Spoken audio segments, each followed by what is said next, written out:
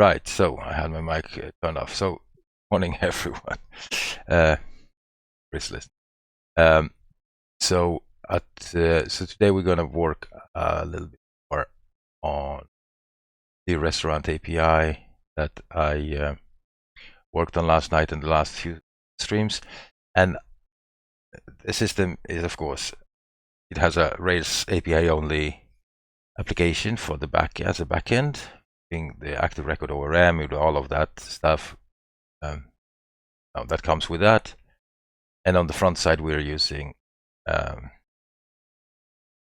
ReactJS, plain and simple. No Gatsby, no nothing, but just plain and simple. Plain and simple. Plain and simple ReactJS. So let's see if we can pop this open. Code editor, and that's nice. We are good to go on that. I was working on the purchase voucher spec yesterday. So just as a sanity check, I will just make sure that all my specs are running. Let's see. Find that somehow. This, and I'm going.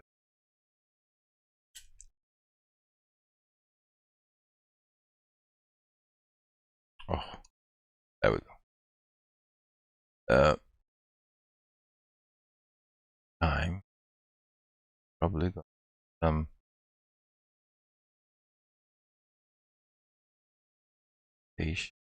time to get our browser up and running on it.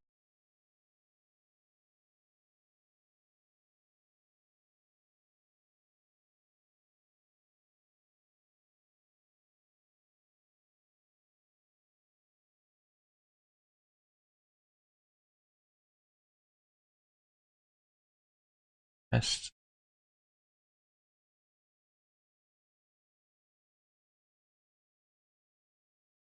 That. Right.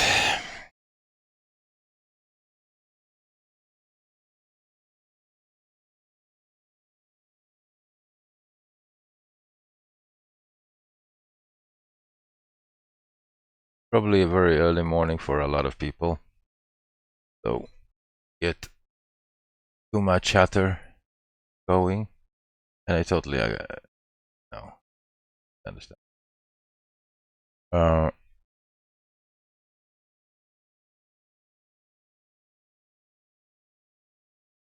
Down. I just rebooted my computer, so we shouldn't be too heavy on the system yet. We got everything up and running. 285 examples, 0 failures. That's a nice way to start your day. Running your test suite with 0 failures. That's awesome. All right, and if you have any questions about the tests I'm writing, just ask me that, and I can explain either the general idea or anything specific. Testing APIs is, of course, a little bit different than writing automated tests for applications that has a user interface. Well, every application has a UX or UI in a way, or depends a little bit on how you got it. But testing JSON responses is a little bit different. But anyway, at this stage, I wonder if I should take a look at those tests that, let's see, we'll close this, collapse this, go to spec and the West specs, because there is another test or set of tests that I wrote, like, what was it? Get product. I think I'd purchase voucher. This was the one that I worked on yesterday, and this one covers the scenarios that I need to cover, pretty much. We can, of course, always debate that. It's good enough or not, but let's leave it for now. Then we have this vendor. Vendor can be created. Vendor can be viewed. So that wasn't anything extraordinary. So that has nothing to do with vouchers per se. But then we have an admin, and we have a voucher management. Right. And we have admin can create voucher spec, can activate a voucher. And admin can create a voucher transaction.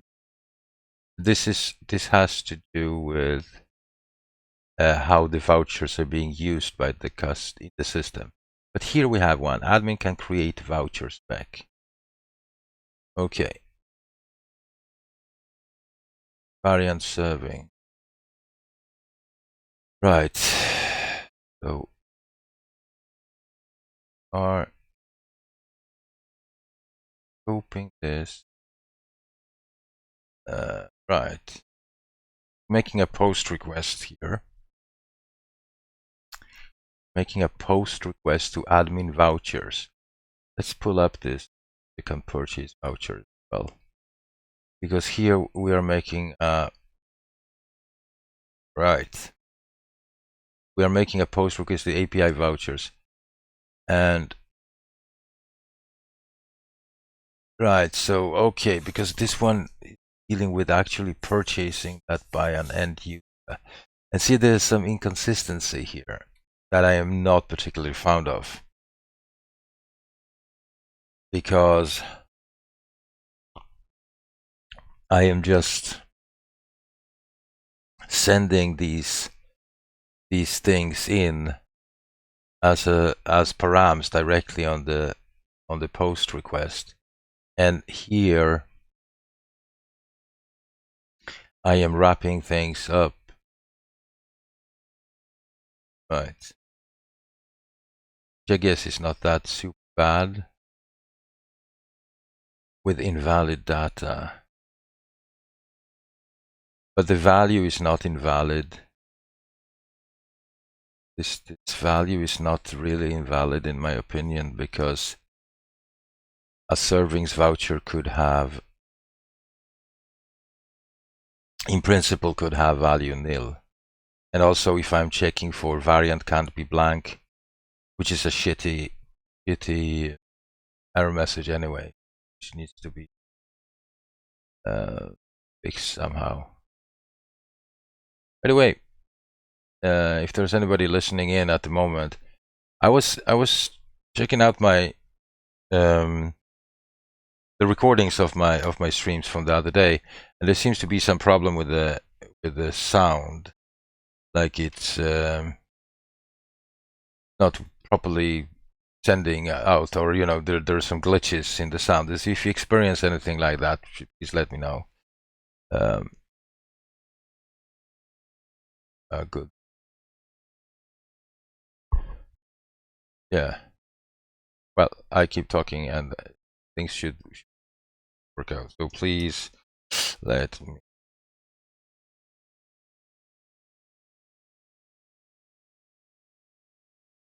Sound.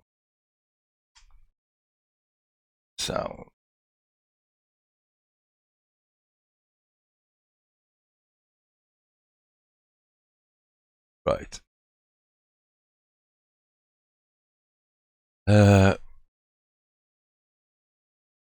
Okie dokie. So let's get after it. On doing what we're doing. So here on this one, I probably need to send off variant nil.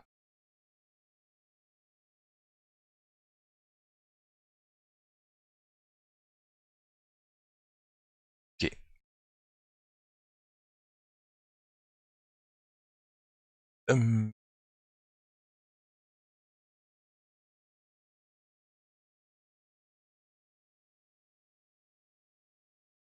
Admin can create directly. X.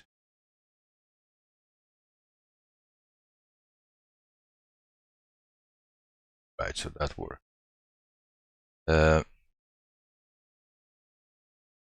So I can keep on running my specs directly in VS Code as well.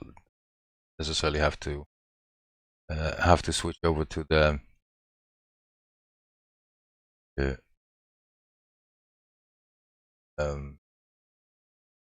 to my terminal. Let's see if I can run a specific code. But oh, I can't. But it's okay. Anyway, the thing is that we have this controller. So if I would now go on and write more tests for the various variants and all of that stuff, which is not a bad thing. Right, so I could in principle just check the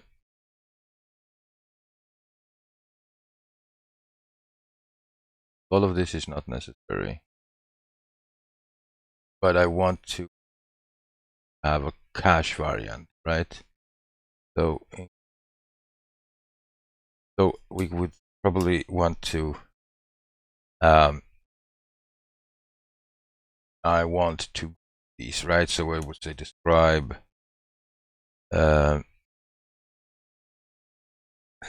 variant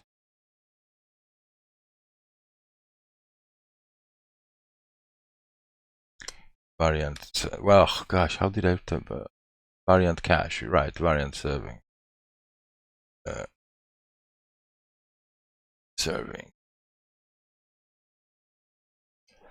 okay, with valid data. This is it. With valid value, and then we'll just add this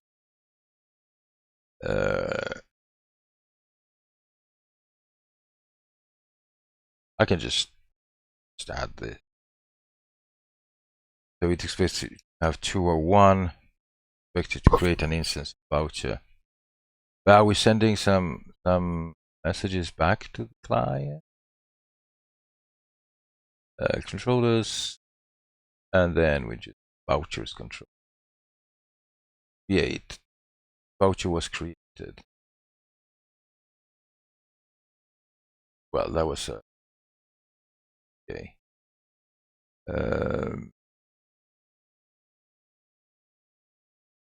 Right. So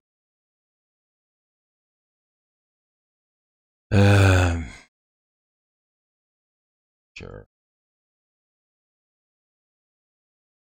Just like a weird message to send back, but anyway, so let's just write this on line 9. Well, actually,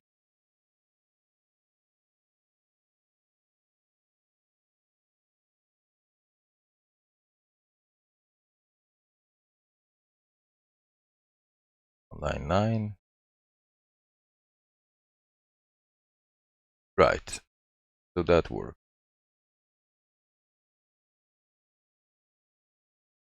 Right. So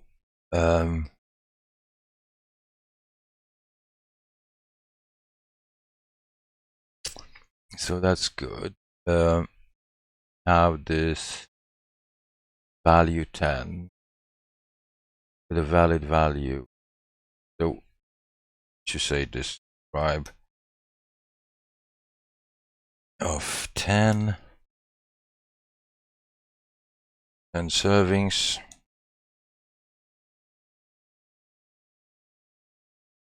The problems are not this. All of this will pass for me. That's not a problem, because now I can just well, actually, we could say something like 10 and then each do value and then say and here we can just say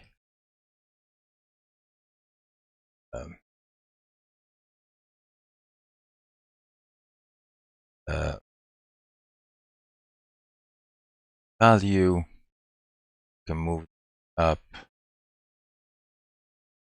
here, and this of value, and then we say value, say value. The voucher was created and with value. It's gonna interpolate here, so I have to switch to double quotes and of value. Right, and then we say class dot value to equal right.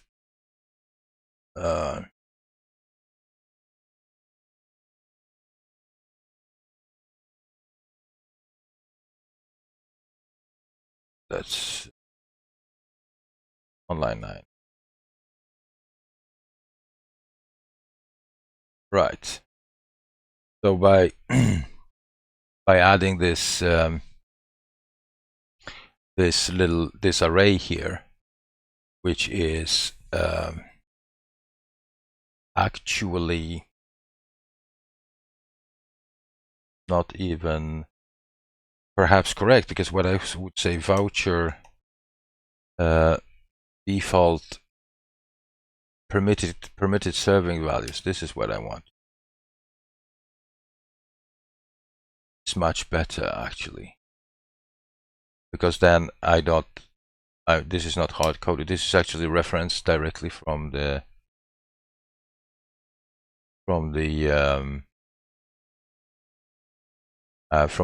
model, right? Because we want to avoid magic numbers out of the.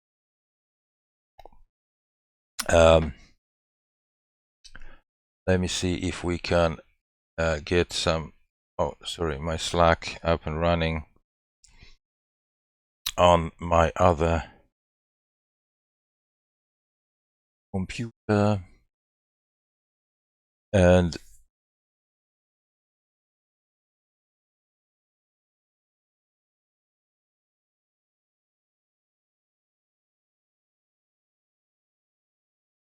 right.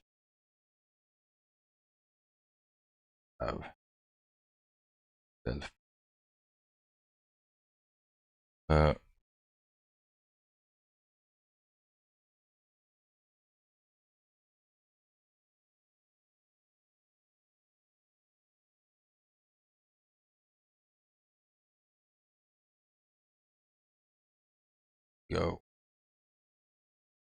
up some stuff to my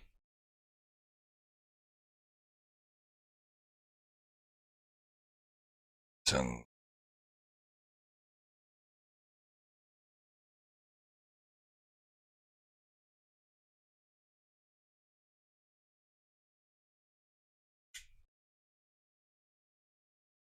Yeah. It is what it is, folks. It is what it is. Let's see if we have some Agile Ventures people still around. Let's see.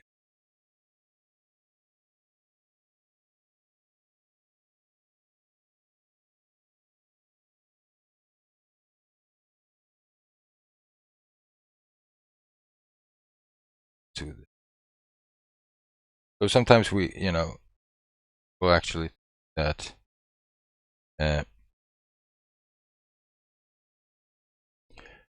doing Rails work in guys is kind of interesting. So some people folks in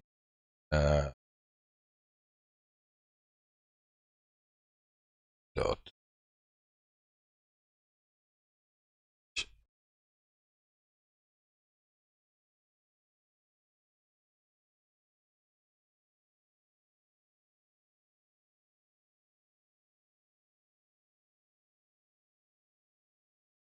Right. Okay, back to work.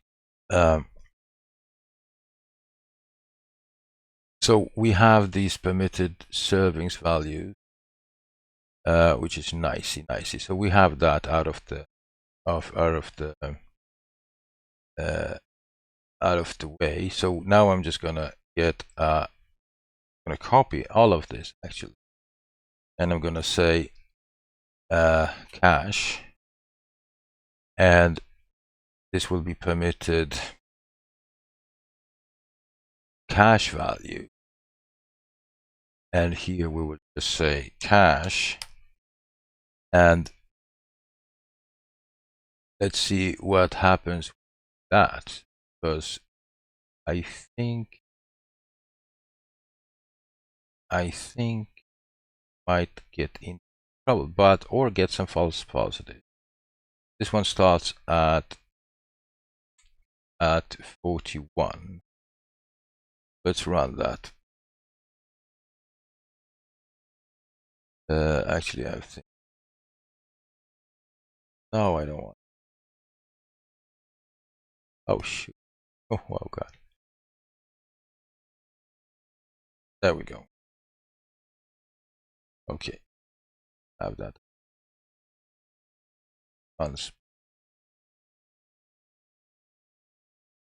Really, I don't want. It did work. So that's good.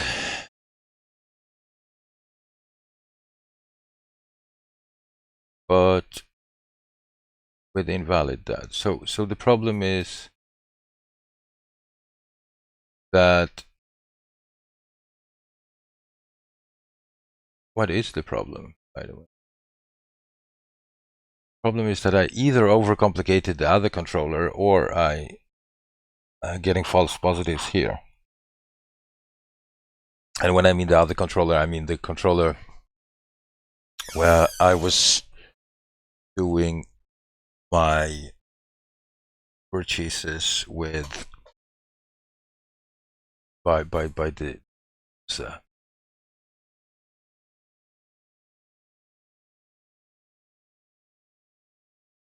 okay, collapse the. So we have this, and with the invalid data. So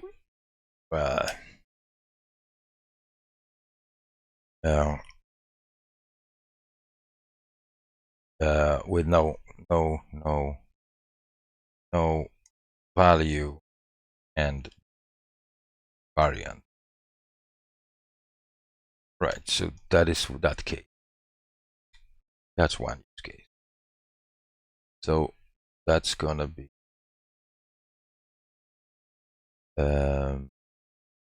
right. That's it, with no value and no variant. And so another version, we want to say invalid cache value. Right, valid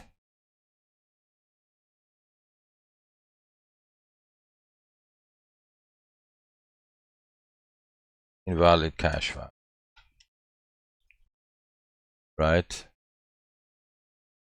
let's just expose if there are any logical errors.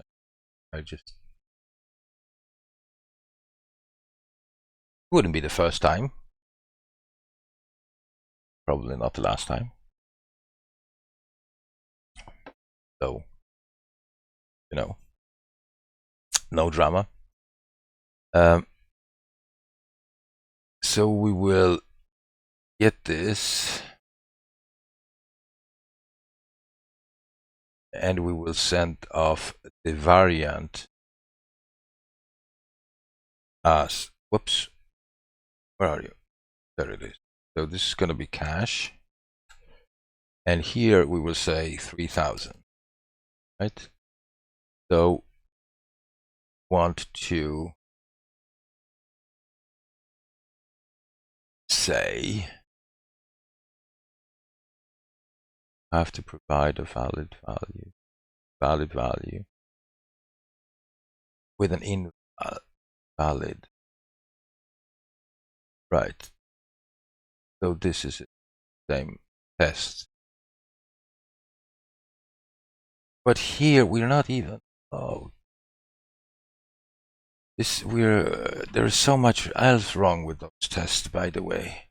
But anyway, so we're not passing in a vendor.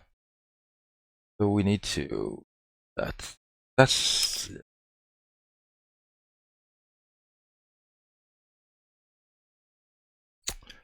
right. With invalid, we have to provide a valid, right. Valid cache was 96. Just do 96.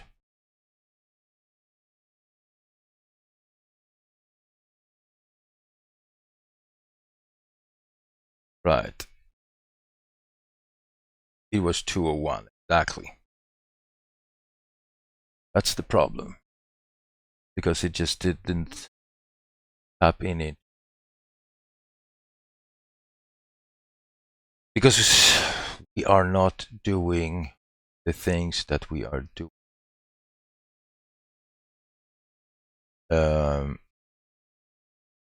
In this voucher, so we're doing this in the vouchers controller, create action, current.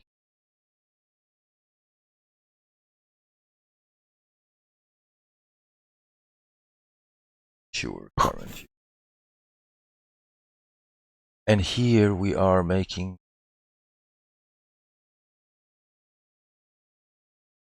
a different kind of call. Sure. I see.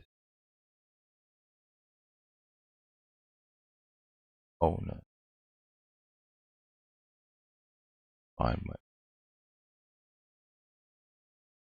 Right, of course. So yes, now I understand my own thinking.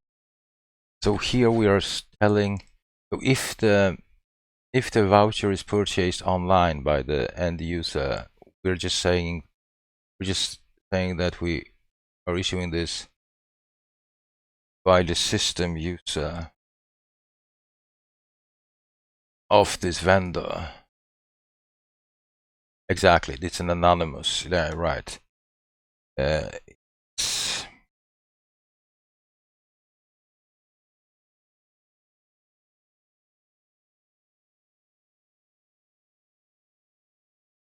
System use. Anonymous. Well, it's not an anonymous. It's issued by system. So, right, exactly. But anyway, these things, the validate value and validate cache value, these things could be extracted.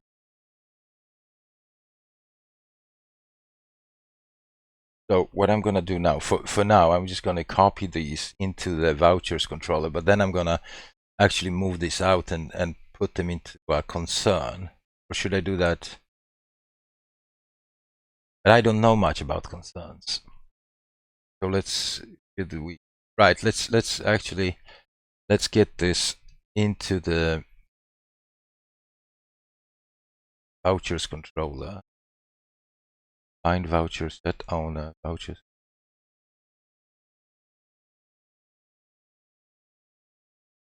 Find voucher, set owner.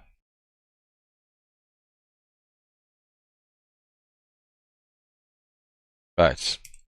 Let's just validate value and validate cache value. We can extract these later.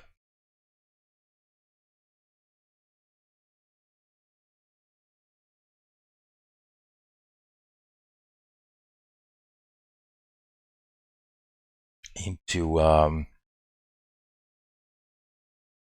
concern. So we can reuse it like a mix-in. Like so concerns, as far as I'm concerned, are modules that can provide we can encapsulate some functionality, and we can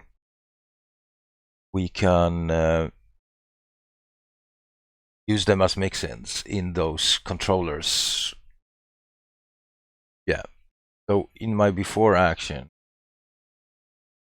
and we don't want just params because we're wrapping things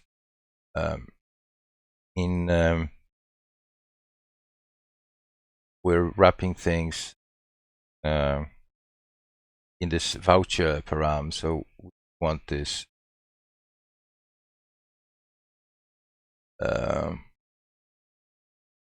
we have to say that here. Voucher not found. Here we have a rescue action. Okay, let's see if we can run this and see get a different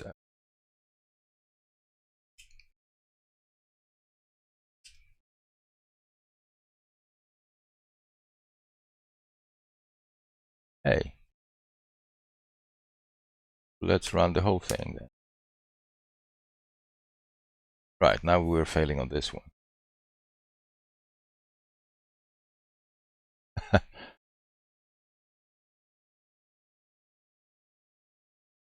Right.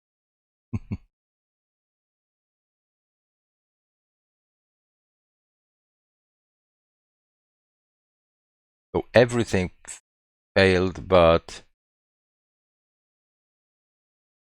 the ones that I just kind of fixed. So let's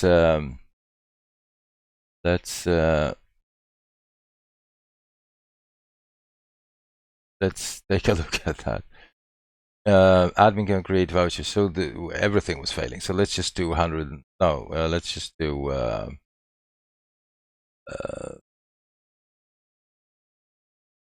what can we do here?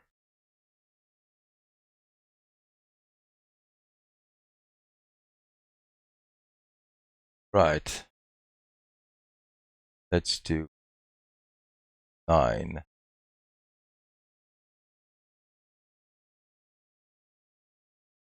Let's do 9.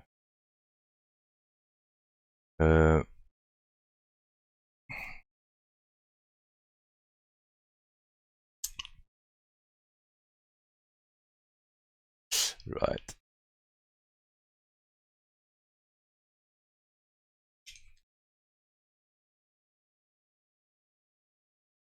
Okay. So, and we are, so on 9 we are what we're passing in servings, right? So is voucher params finally right? So we validate value. Actually, it's gonna call it servings value, and we're gonna say oh, servings. Right. I think I see the problem. So the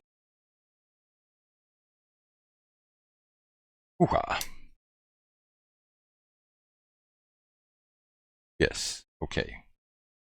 This one, and let's see if we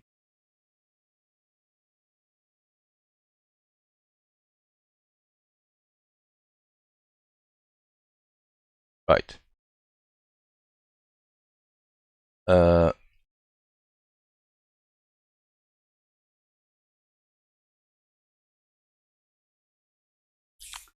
This feels a little bit like code repetition, but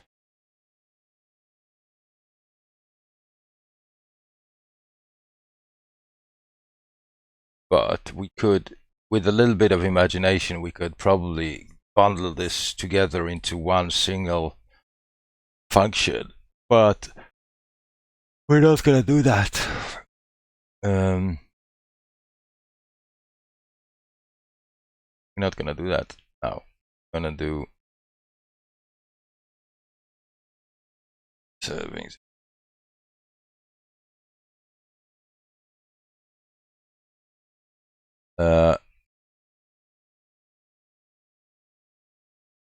Not gonna do.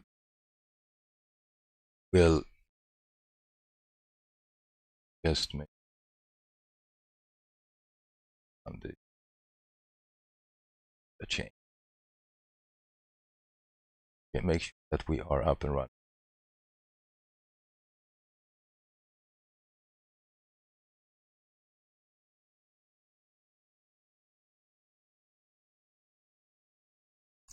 Right. So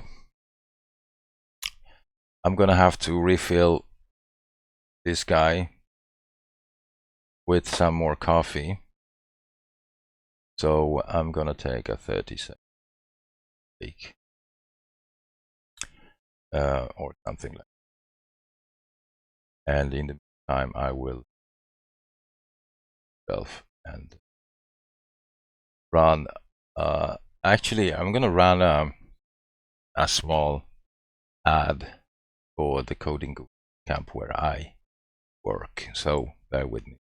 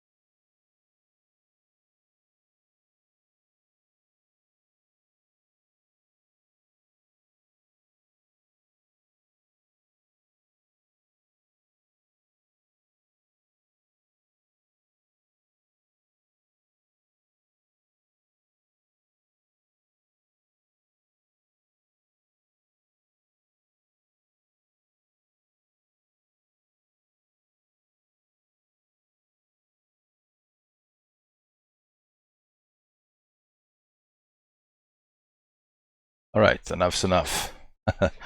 Enough's enough. I like this one. I made it myself, actually. No, I was part of it. I didn't make it totally myself. But anyway, fresh coffee.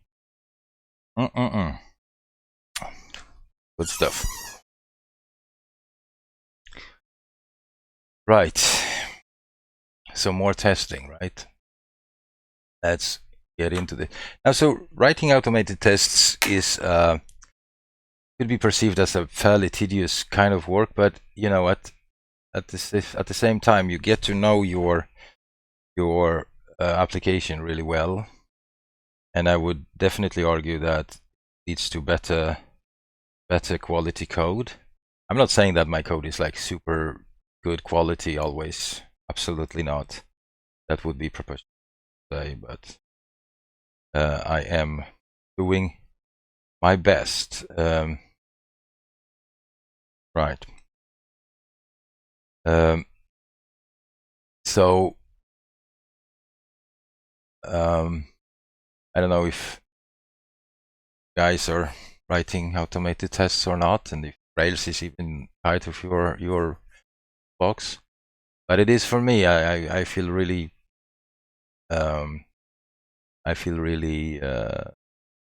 productive and effective. You know, I can get a lot of things done in Rails, so I like that. But anyway, now we are going to do something that I haven't done in a long time, and that is to extract some functionality into something that is called a concern in Rails. Now, I usually just take the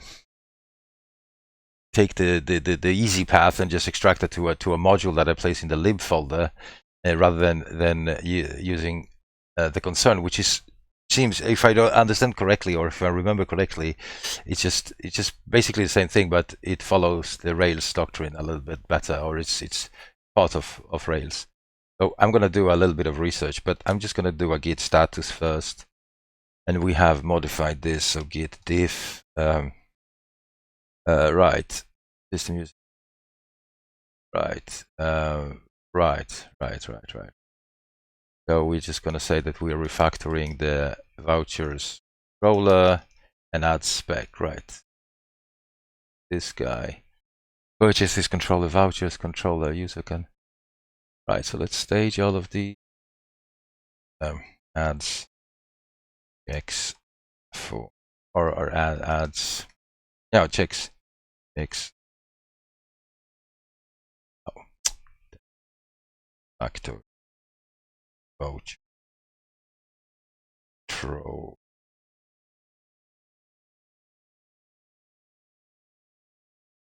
of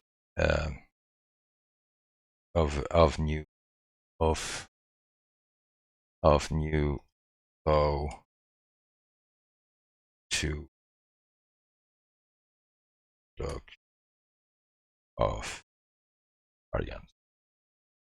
That's fairly ambiguous and generic message, but that will be enough. So let's get that done, and let's just, for the sake of it, put it. Don't have to put it up, but let's just put it up.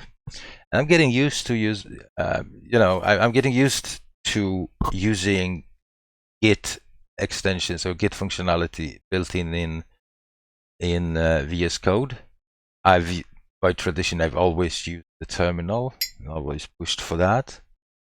But it takes a little getting used to, but it's actually really good. If I want to make those bread and butter tasks like committing and pushing, and so I'm quite happy with that. I still prefer the terminal if I'm gonna do some more advanced stuff, like squashing commits or rebasing or getting myself unfucked if I do something really bad. So yeah,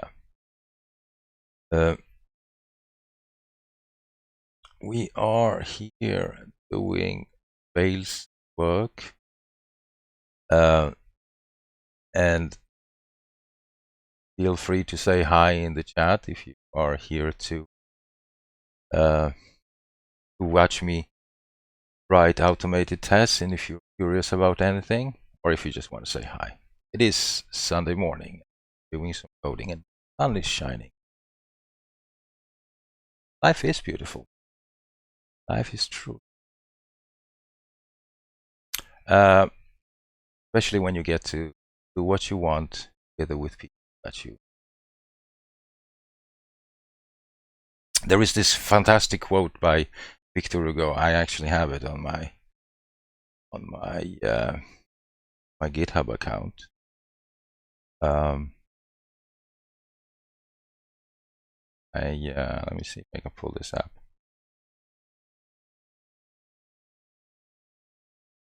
My Git. There it is. I need this browser here anyway, but let's go to GitHub and go to my own account. And that would be that the supreme happiness of life is the conviction that we are alive. Isn't that beautiful? Anyway, Rails concern. Let's Rails concerns. To concern or not to concern? Right. About Rails concerns, don't use them. Okay, thank you. Active support can Rails API. The module M extends active support. Right. How to use. Right. Let's see if we can just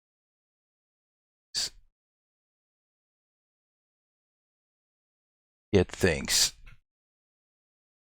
Let's see if we can get smarter by reading the documentation. Right. So, a typical model looks like this. Module M, and then we are by using the above module. Wire this extend active. Yeah.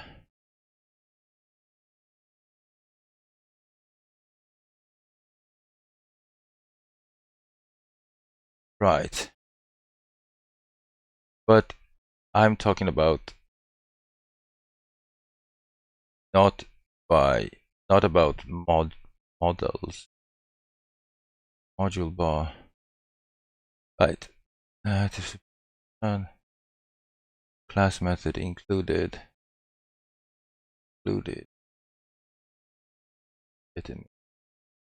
I want to know how I can use this on. I understand that this is extend active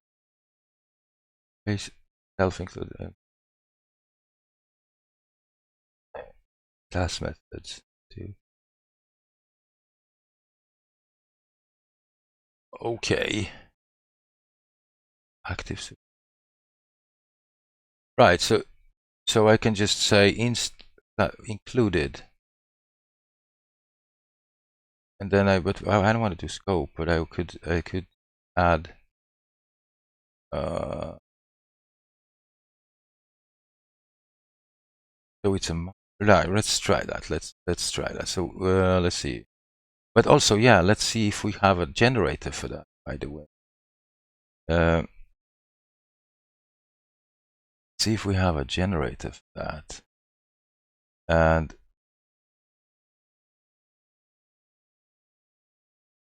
Papa Nick, thank you for the follow.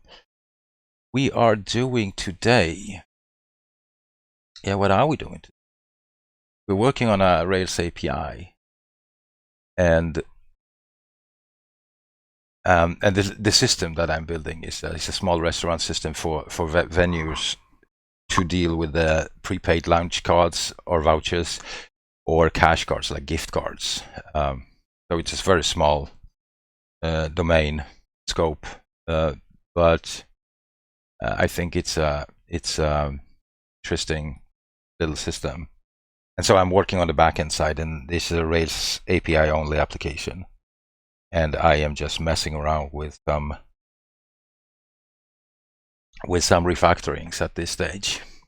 And at this point, what I am researching is because the fact that I have two controllers and they are dealing with similar things, not exactly the same. And I have some methods here, that we validate some values when making a request in this controller, and then I'm doing the same thing in this controller, and that leads to code repetition. And I want to refactor this into a module that can encapsulate that functionality, and I can include that module in my in those controllers, right? So I can, if I need to change anything, I only need to change in one place.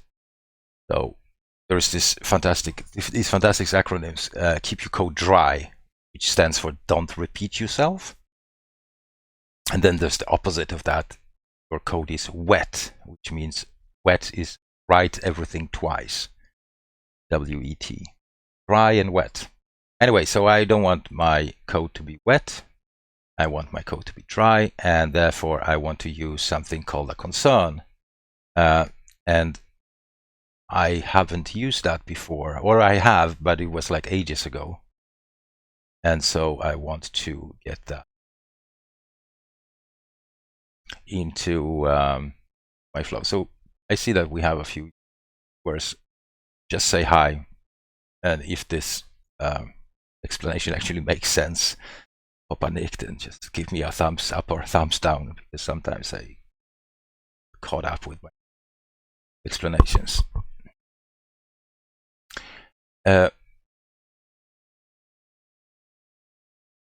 Okay, concerns.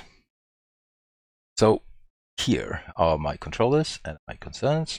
I was about to see if I can generate a concern rather than create one by scratch. So in Rails, there are quite a few. Yeah, thanks.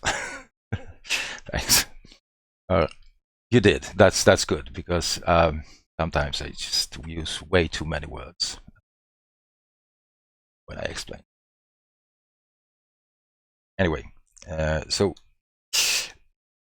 if we just do Rails G as a shorthand for generate, we can get a list of all the oh, thank you very much. Thank you. Right. So I can generate channel integration, job, mailbox. There is nothing about generating concerns. That's RSpec. No, that's RSpec. That's not. Device, token out, geocoder. Here we have Rails. Controller, system test. Nothing about a concern. So we cannot generate concerns. That's okay. We don't have to generate concerns. We can create them ourselves.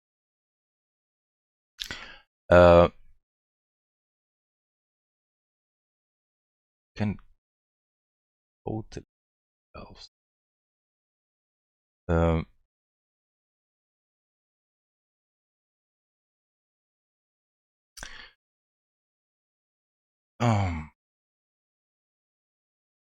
So it's a module. Right, so we're going to create a concern here that called something like value validations.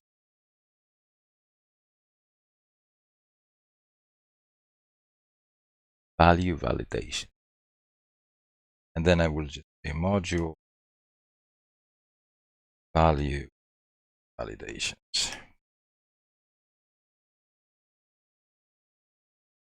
End.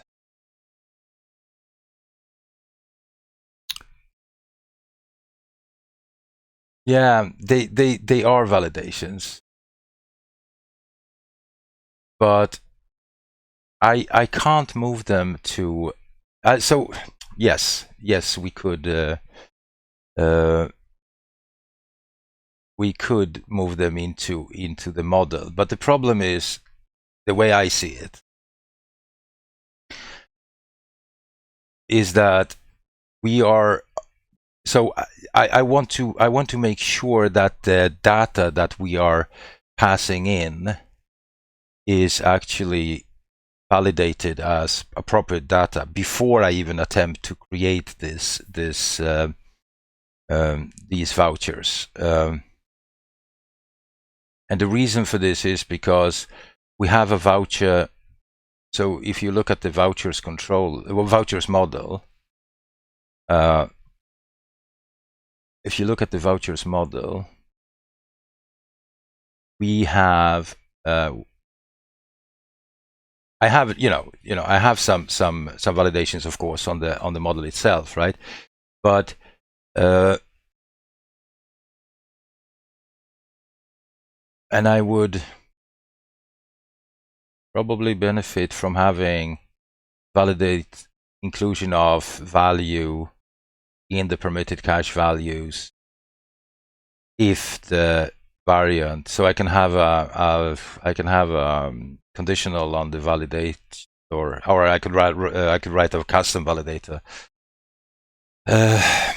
But I was like, I don't even want to hit this before I validate the data. But you're right. It could be probably extracted to validation. Now that I think of it, let's keep that in mind. I will probably explore that avenue, and probably do something like that. Definitely. Now that I look at it, yeah, you see, as you can see here, that should this be handled by the model? I already. It's not doing a type check, but rather no. It's like so the logic goes like this. There are two types of vouchers.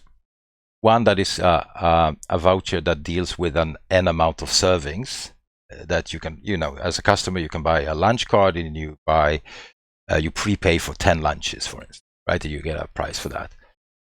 Or you can buy the voucher that is like loaded or pre-filled with an amount of cash, right? And so at this stage, we are saying that if this is a voucher that deals with servings, it could be either 10 servings or 15 servings.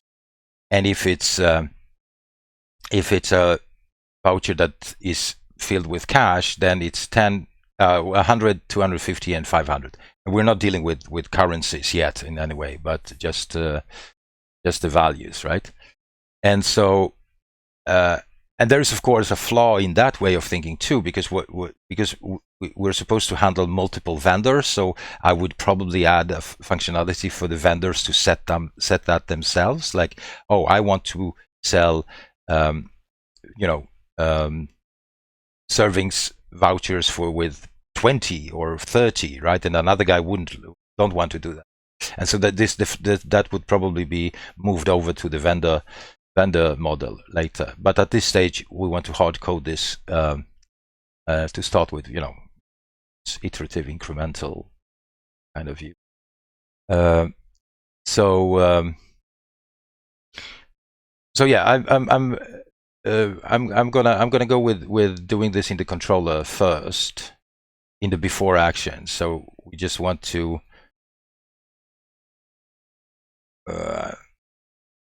why did I validate? But yeah, I'm gonna do this on the controller action at this stage, and then potentially move this out to a validation on model before we hit database. Right.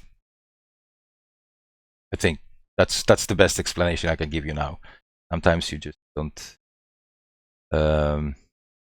make the best choices. But anyway, we just want to extend this active support, and this is the first time it gives me the opportunity to explore concerns, active support concerns, right? So then he wants me to say include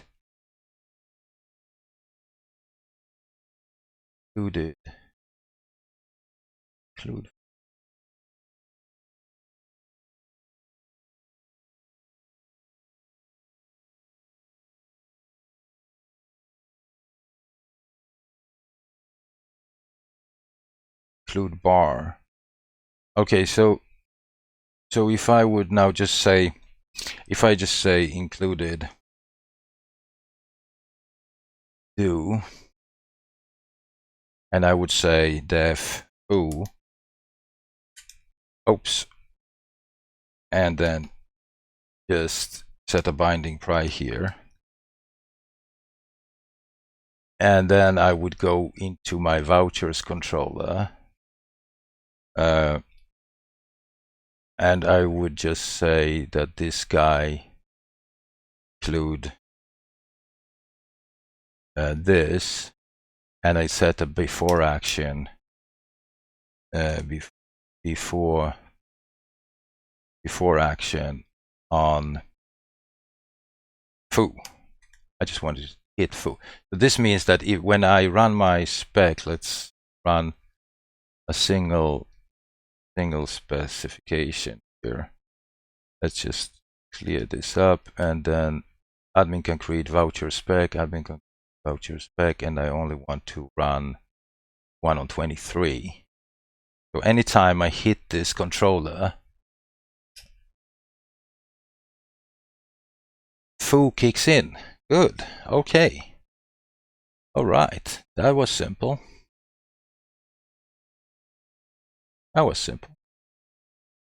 Not bad. That's the beauty of Rails. Oh, wow. How many times am I hitting it? Right. Good. So in this sense, Rails is truly beautiful because it's the ease of use, remarkable. Let's have this, and now I can, in principle, move all of these. But I wonder if I should, right? Yeah, I can copy these, comment them out from here. Oh, comment them out here, and this would render my tests Remove that. So with this change, my test should fail, right? So let's admin can create vouchers, right? So this should fail for me now. And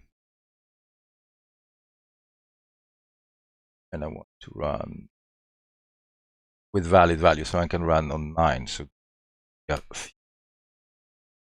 run. Yay, we are failing. Good.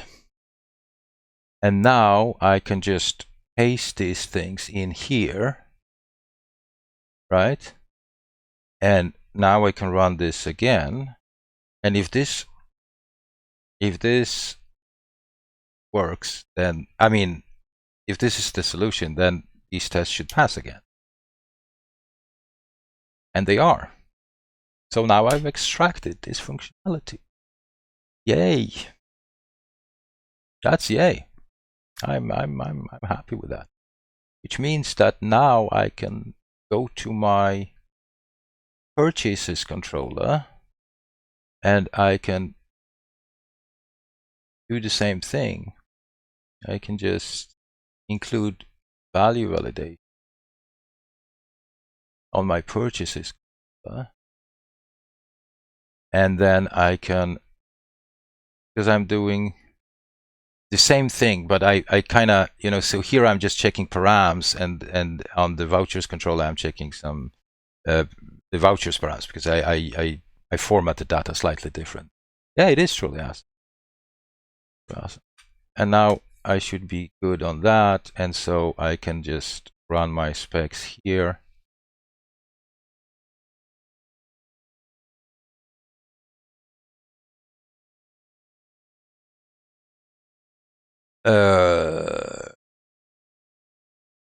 Really? Are you? What? RSpec spec requests user can purchase. Oh, I was running the wrong thing. Let's see. Oh, we're failing.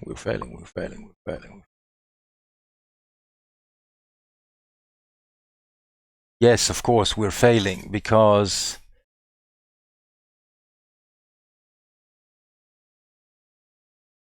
we need to, because of the fact that we are checking the different, yes, we need to pass in, right, I know why we're failing on, because here we are checking the params,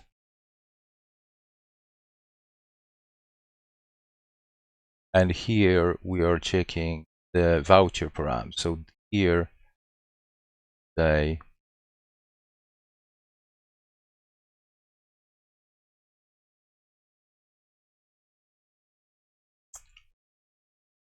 right.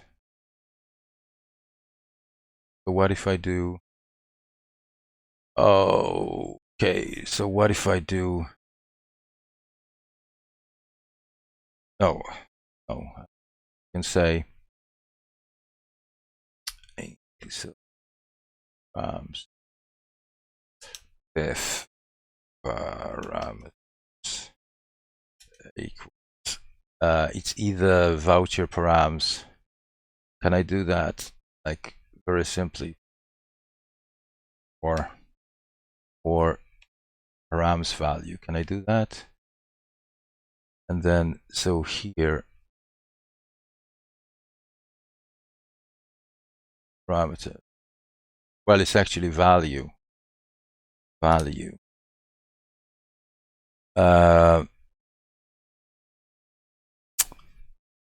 So I can keep this more straight, but it doesn't feel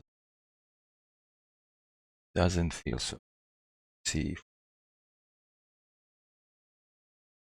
now the failing.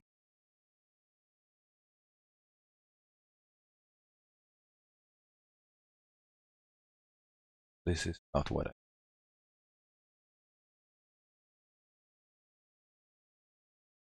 It was awesome just a second ago. It's not that awesome now.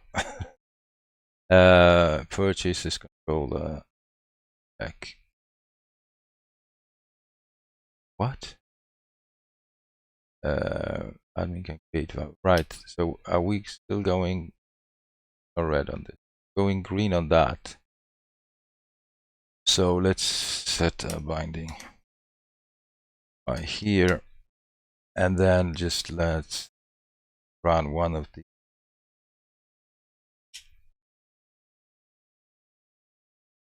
No, but I had that before action. The before action is already... it was already created here. I just removed that those actions from the controller. Right, so params, what is params value? It's 250 and this is nil. Oh shit.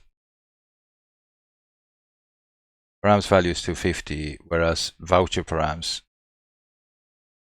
nil. Right. So this is the problem. The one from one controller works because that's the first value, and the second value is never being hit. So this is the problem. The OR is a problem. So we do OR action. Can I pass in? Now the question is if I can pass in a proc with the value. Right. Yes, I can. Right. So before action, pass arguments. Pass in arguments. For action parameters not invoked. Pass parameters with parameters. For filter, that's an old one. How to pass a parameter to before action from 2017. 10 parameter through before action. Also to... Let's try this. In my right, before action. Finder is right. Can specify before action. What?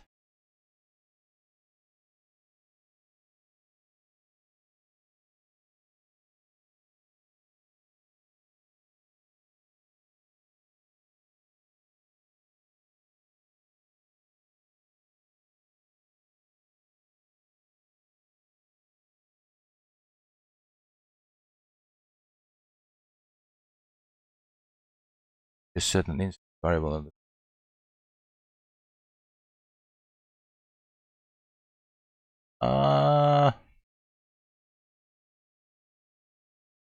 Right.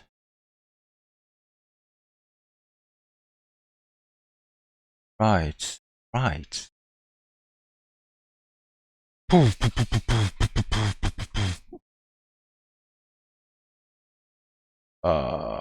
Not really. Only in the subject method. Yeah. Right.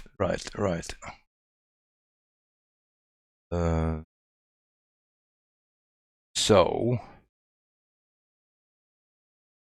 let's have a look at parameters.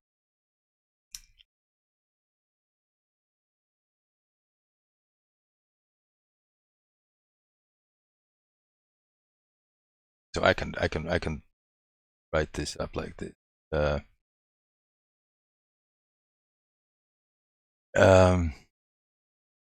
So I can say params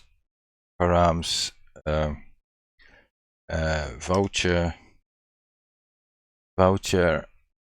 There is the ternary, and then we just say basically params your value, otherwise say params value. Right. So this should do it. Let's try that.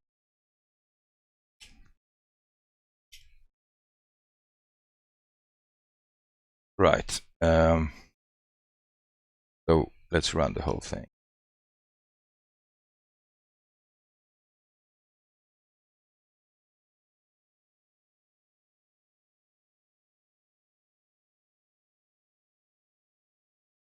Yeah, I think this could work as well. But this ternary works as well. So let's just stick to the ternary. And then, so basically, which just so because I've been doing too much. So let's just run RSpec, take a breather.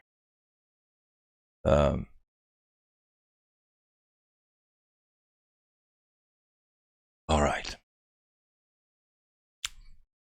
That's the beauty of the whole thing, you know, especially when there are so many different ways to do things. That's why programming is. Right.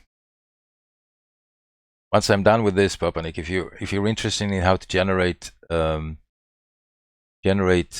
PDFs, because we are actually creating those vouchers in physical form. Well, not physical, because they're still digital PDFs, but I actually create them. And this is a work in progress, but I can show off a little bit. Get this out of the way.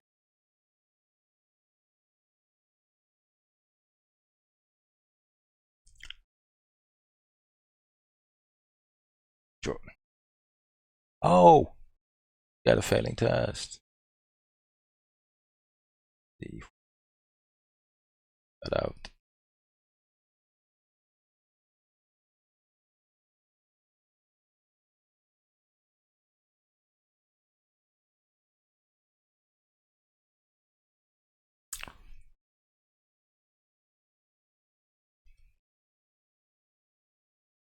Yeah, I'm probably gonna have to move some of this logic to the model.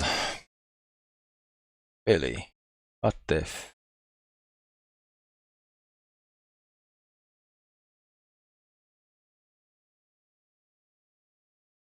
Broke of the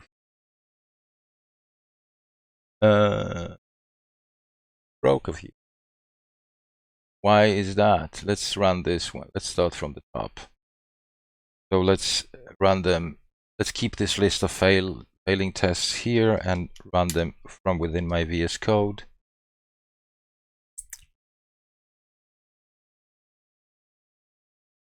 Param is missing, or the value is empty. Voucher. Really? Really? Param is missing. Values and voucher. Let's have a look. Admin can view voucher. Oh, because, oh, right. Silly me, huh? Silly me. Because we only, right, only create. At this stage, only create, right. So we want to scope this down to only the create action. Right, so now this actually, or, yes, which is something that we probably need to do. Chase it too.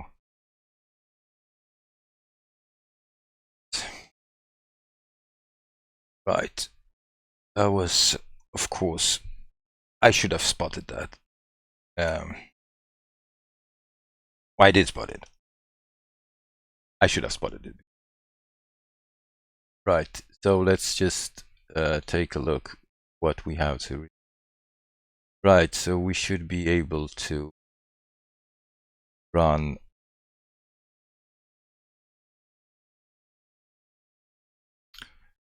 this entire thing. Admin can view voucher index.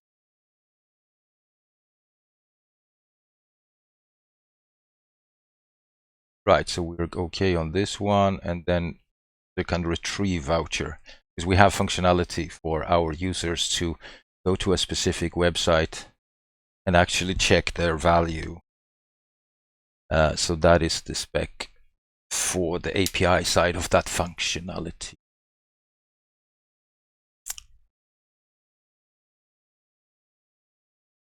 Right, so we are good to go. There were no other failing. Right, run the whole thing, can retrieve. Right, so we're good to go. Okay, let's do a status. And we are right, so the question is whether this name value validations is appropriate. It sucks actually, but I'm gonna just shut it down as a 2 factoring. I want to move into some more sexy stuff.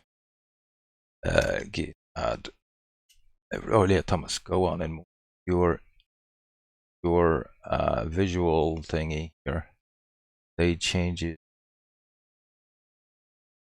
Right, and so let me just see if I all of that stuff.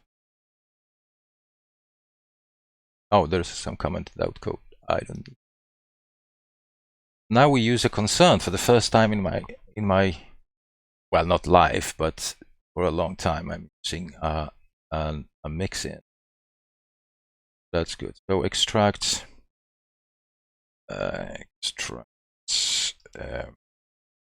data request data. So it's actually request data validation to what it is called. It is called an active support concern, right? Right.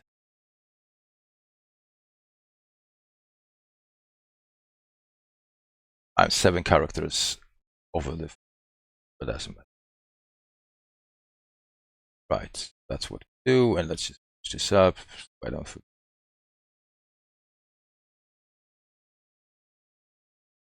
Right. All right. So there is this gem. Let's move on to something else. Second. Have my coffee here. Let's get shit done. Anyway, so we have this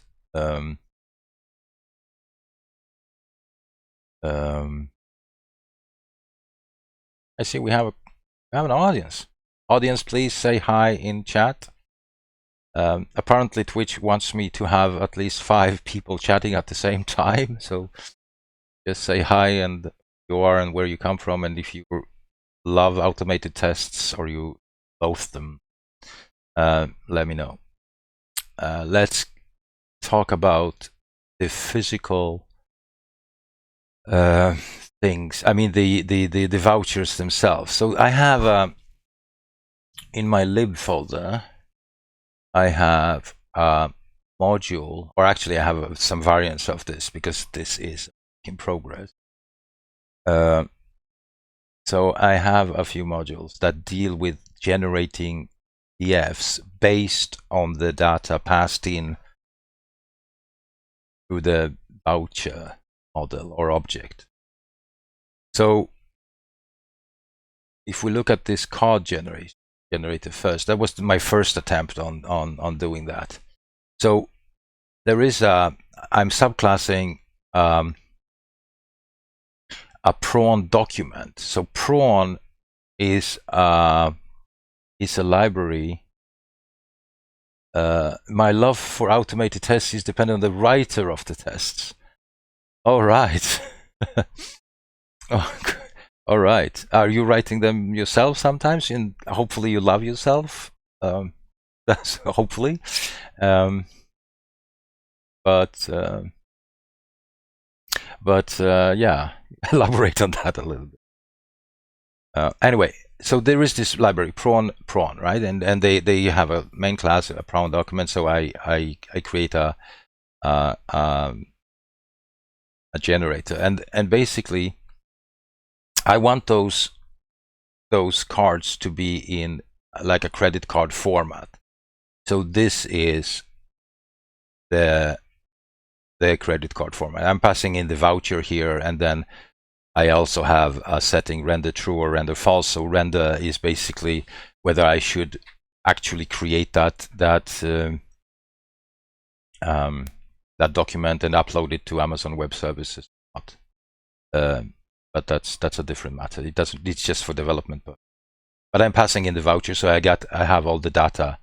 I have all the data of that voucher available, and then I'm setting the landscape, the page size. Sorry, and then I'm just tilting it, and then I'm setting some margins, and then I'm invoking some methods. So I'm setting an instance variable here of the voucher, and I have no clue what path is doing.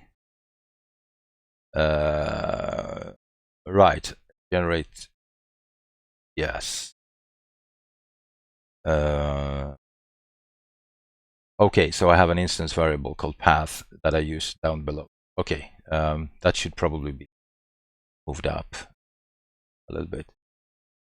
And then I have the Q. So every time we are creating a voucher, we are also generating a QR code, and so we are placing those QR codes on the thing. But let's see if we can make this happen. I have some instructions for myself here in the README file, which is that I need to have a voucher, and then I need to just invoke actually the custom card generator. So it's not exactly the generator that we looked at, or is it? Post ib card generator. Right. Let's open this up in IRB or Rails console. So let's get rid of this output, and we just do Rails console. And I know that I have a voucher created. So if I say v voucher was voucher dot last, I have a voucher created, and there is an issuer ID. So if I now say voucher issuer, we have this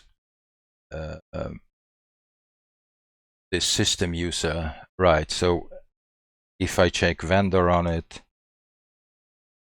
and vendor is a restaurant called Bocado, right? So I think we have all the data that we need. So let's see if we now take a look at the card generator.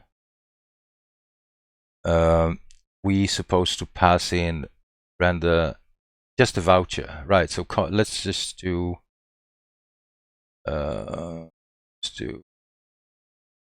right, card generator. Let's try that. Card generator dot new, and just pass in the voucher. Right. Unsupported image. File is an unrecognized format. Right, because in this particular iteration we couldn't really get I don't have a handler for the SVGs, because we have a logo on the vendor. I think it's logo type. Is it logo type? Whoops. Right. Type. Is it logo type? Right. And is it attached?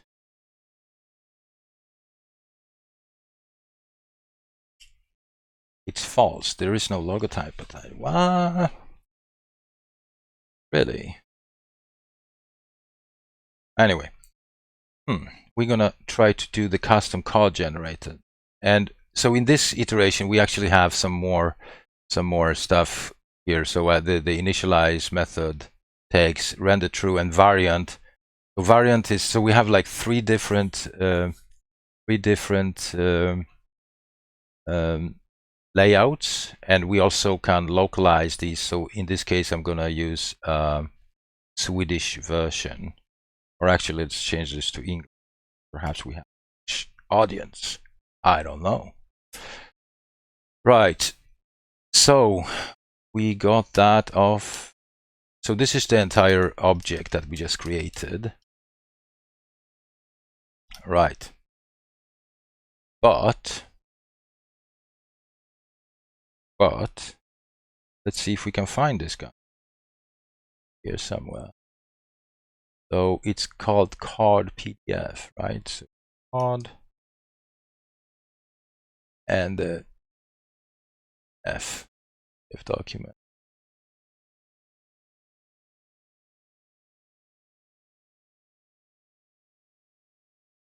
Right. And it looks something like this in this case. So we have the logo but that's not right, because this one is in Swedish. So that's not the right one. That's not the right one.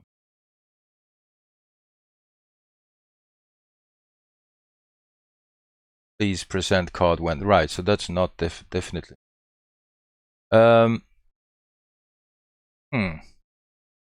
Is that in the temp folder, or where is that? Temp folder, or is it in public folder? In the public folder. So let's reveal that in Finder.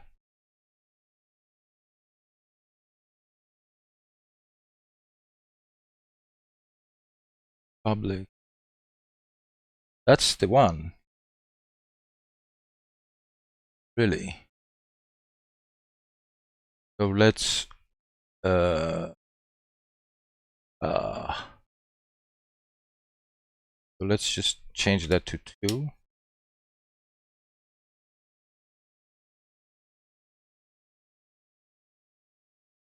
That's still not updated.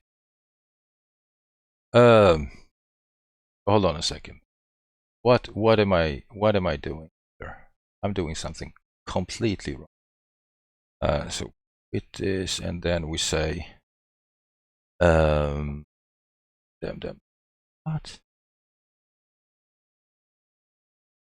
Odd. Card render variant. Have RSpec. You?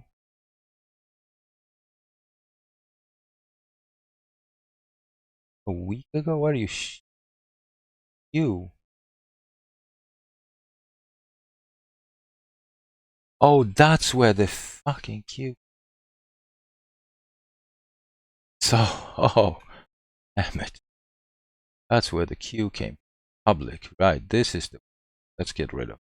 Okay, now it was bothering me. Like for all of this, a sudden, a file called queue started to go up, and that's because I was Command V or quitting something. Yeah. Oh, damn it. There we go. Right, let's rewrite this one.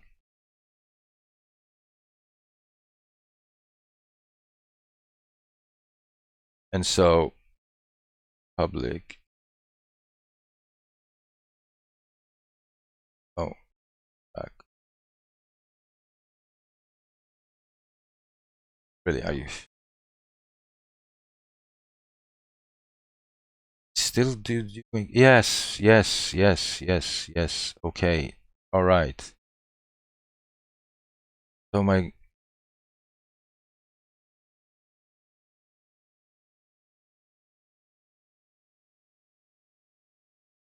Yes. I totally agree, Papanik. I prefer having automated tests over no tests. Although tests that break with every change are a maintenance nightmare and become a burden. So I like automated tests when, yeah, I totally agree. Now in my workflow, I try to test drive my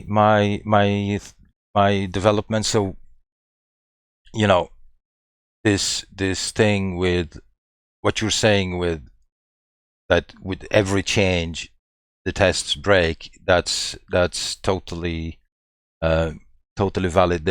But I would also argue that if you approach changes in a kind of a, I'm not a very strict TDE evangelist in any way, but if you approach your development with like, your first thing is like, let's check the test. What are we doing today, and what sort of functionality I want to add by reading the test and perhaps modifying them immediately. Then you alter them before you actually write implementation code. But I totally agree. Like, you probably saw that when I was working on some other tests, and then all of a sudden I broke many others. But the test, by scoping the before action to only create, for instance, I was able to spot that error because I had automated tests. If I didn't have them and I would push this up to production, I introduced this before action without scoping it down to certain methods, that would totally break my functionality, not entire API, but good chunks of it. So in my opinion, you write tests, they allow you to spot problems on an early stage. But you shouldn't overdo it. I know people that are writing tests for every layer of the application, like use specs, controller specs, request specs, and all of that stuff. And that becomes really, really heavy. What I do, so in my personal workflow, is that I try to write unit specs to a certain degree, and then I work a lot with end-to-end testing on the front end. So I load the application, I interact with it, and then I assert that the end result is actually what it's supposed to be. Or if I work on API side, I'm just interested in that my client actually gets the right JSON data, or the right data in JSON format served to it. So I write something that I call request specs, and request specs are just checking whether we actually provide the right output. So I need to reload, and now I want to generate that thing.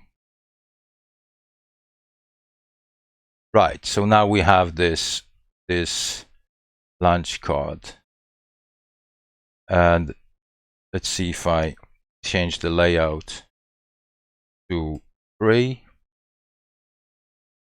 and the card layout changes here. Let's see if we can get it right. So if I change now 1, I have 3 layouts. I haven't bothered with building more than that. But so here I'm using, so there's something wrong with the logo sizing here, but I'm using I'm using the black QR code on this one, and on the others I think I'm using the light one. Right. So that generates. I'm using custom fonts, and I'm using all sorts of things. Placing this text on various part of the. So I'm moving the QR code. I'm moving the text around, and all of that stuff, right? And again, I'm not a graphic designer, so what I did is that I think I purchased some sort of a design someplace on, and these are in vector format, so I transformed them into SVGs, and this module is loading those SVGs, all these graphic elements, and also the QR code is an SVG, and that allows us to actually blow this up, and this is in a fairly printable format, right? So if we look at this here, you can actually increase the size, and you are pretty okay with this. And the QR format is also, QR code is also fairly interesting. And if I now would take my camera and point that to the screen, and so that would be it contains just the code, right? So it's not supposed to be used by, to navigate to a site or anything, but rather we have an administrative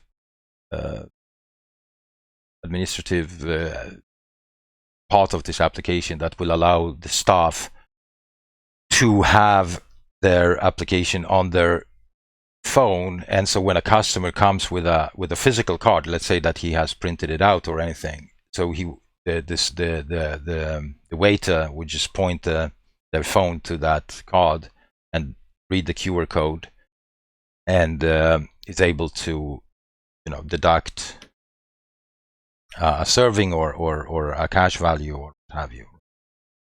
So that is the story with those PDFs, and that is done using this prawn gem, and I would definitely want to push for the gem itself, but it's not that easy to give them any really good grading, because it's fairly the documentation is not that super good, to be honest. It took me a long while to figure out and to learn how to use this gem. But prawnpdf.org is the thing, and then also on GitHub there is it's all open source, of course, right? So I'm gonna paste this this thing here. This is the URL to that library, or to that gem, and you can do all sorts of things, of course. Now I'm just generating a small thing, like a business card sized thing, but I did spot a problem with this, right? So that was the I think it was version 1, right? That caused me some trouble, because the logo is not in good size, right? And also the logo is not an SVG format, right? Why wouldn't that be an SVG? So let's see if we can fix that. And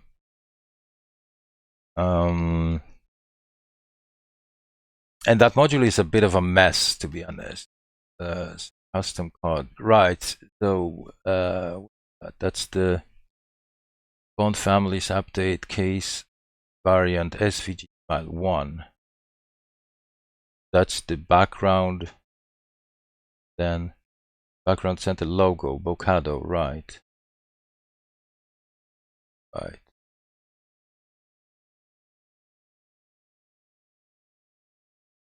Oh, we're not using the vendor. Right, so let's see if we can do a binding try.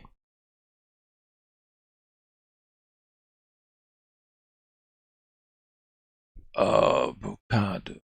No, that's not here, but I want X. So on line 30, so the logo is right, where's the logo? There it is. Oh yes, it's using the so this is all work in progress, right? But I'm apparently using the a PNG. Why would I use a PNG here?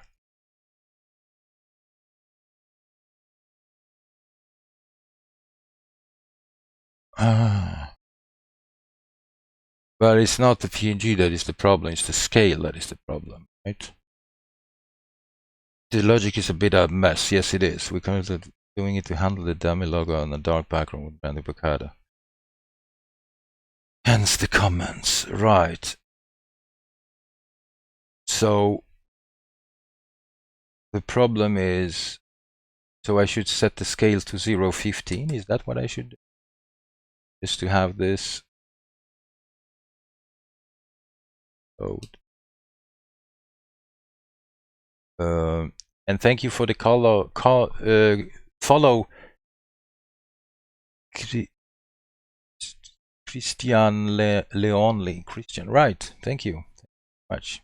Feel free to say hi. You do Rails or any other coding. Let's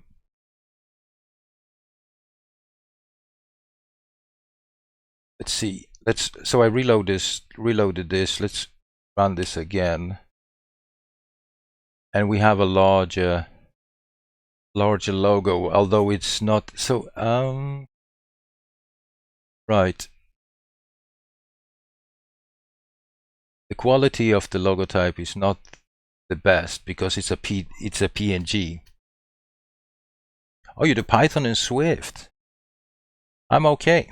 I'm doing all right. I'm writing. I'm working on a small system that is dealing with apparently, lunch cards. No, it's like prepaid lunch cards or prepaid gift cards for restaurants. And at this stage, I'm on the back end side of the whole thing, and it's a small software as a service thingy. But I am currently just looking into a very messy module where we are actually generating those cards to be distributed over email or they can be pre-printed by the restaurant and given to the customer when they show up or whatever. And so the site itself is on pranzo.se. Pranzo means lunch in Italian. That's why we chose this name. But feel free to check it out. There's not much to see there. I can pull up that thing. Thank you. Yeah, it's a domain, and the reason why I started to do this, actually, some people say that, and I believed in this, that you should fix your own problems. So we actually own our restaurant. A small tapas place in Gothenburg in Sweden, and so I just wanted to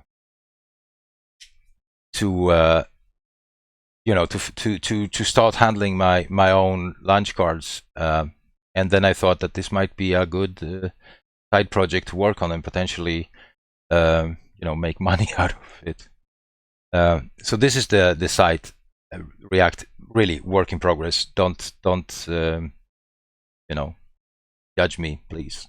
Judge me much.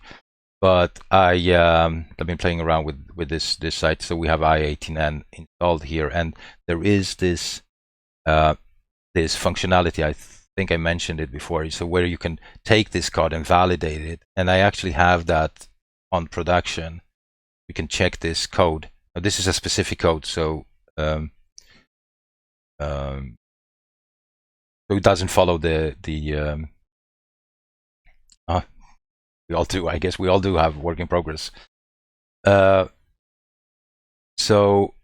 I can check this one, and the server that this API is deployed to is on Heroku, a free tier on Heroku. So it sleeps at the moment, but wake up in just hopefully, and it will return some usage. So in this case,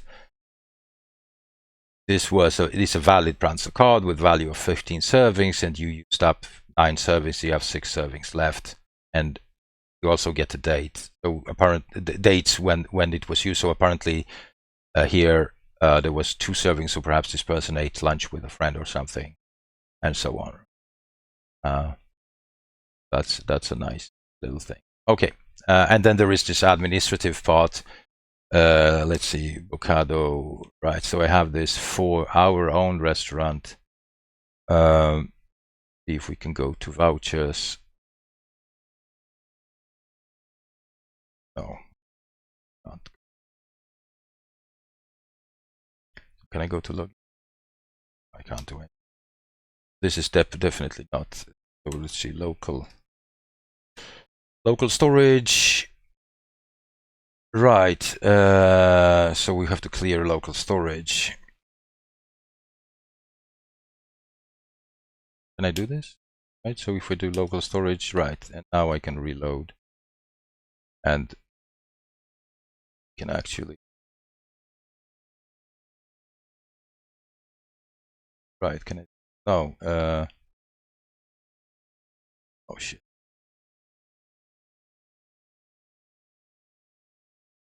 I can authenticate here, and welcome. So again, this is a work in progress. Some stuff here, but here we have the same voucher that we were looking at, but from another perspective.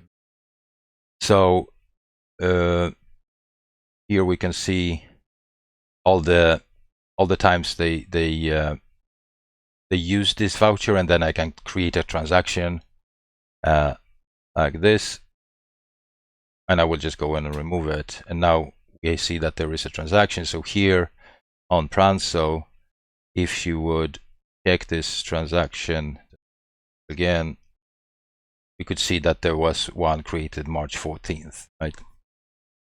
So that's the gist of that functionality. Nothing fancy. But let's get out of here. Let's just go on. Avocado card 10 sample. Why would we have these? Oh, these are the samples that I created at some point. Right. But in here, avocado move up 10, move up 15. Why couldn't I just move up 15 here as well? And reload this. And yeah, regenerate. Right. But I would also argue that we should probably move this a little bit to the left. But also I won't play around with this too much, because all these things needs to be dealt with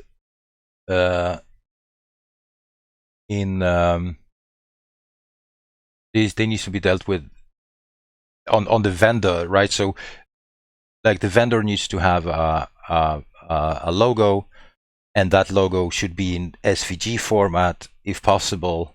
But then again, perhaps if we want to go, have people use this, actually, like small business places to use it, they probably don't have their logo types in SVG in vector format.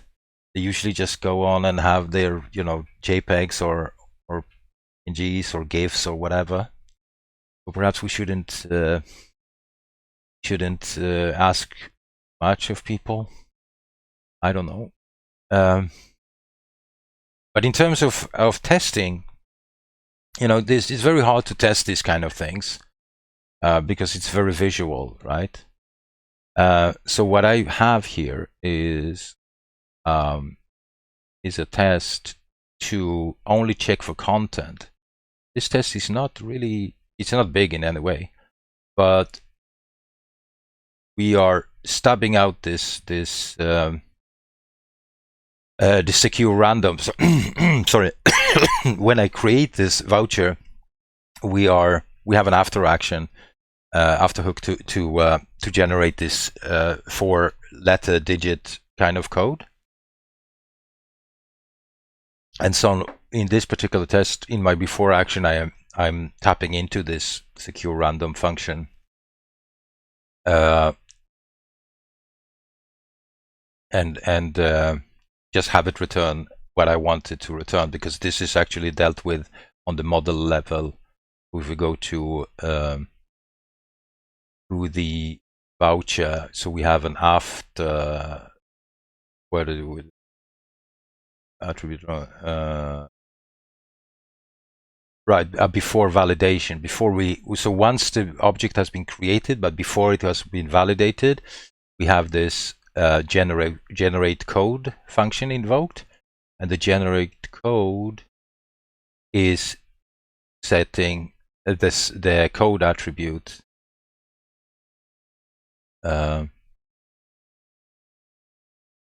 the code attribute to this secure random alphanumeric 5. So if we just take a look at that one, right, if I just run it here, it will return different codes every time. And is this secure enough? Well, what is the risk that this will ever return the same thing twice? Slim, but it's not impossible. So we should probably add a validation saying that we want to ensure uniqueness of code, and then if it's not passing validation, then we just redo the thing again. So perhaps a recursive method after the validation, but that's not any of my concern at the moment. But anyway, so we are oh, sorry, where am I? Right. So I'm just making sure that I can be in control of what code this model is actually generating. And then we are creating this voucher, and we are creating this voucher using a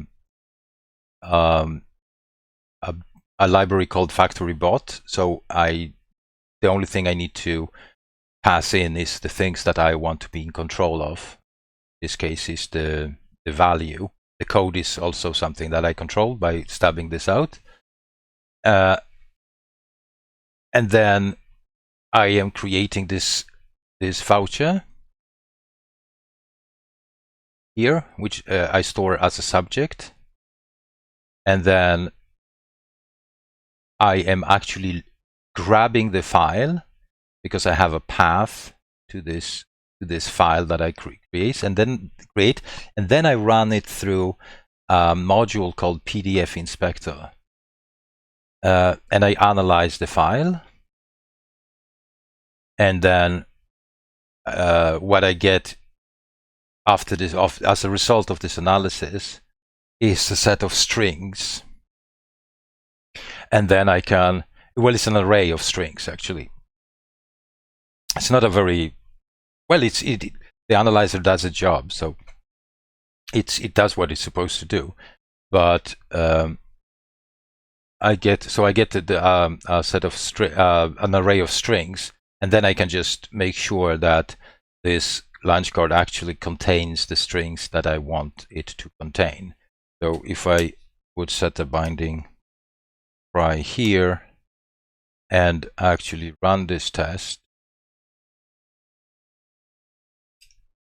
So RSpec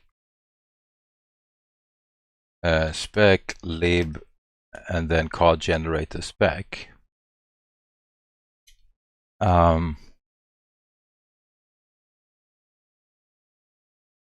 Good.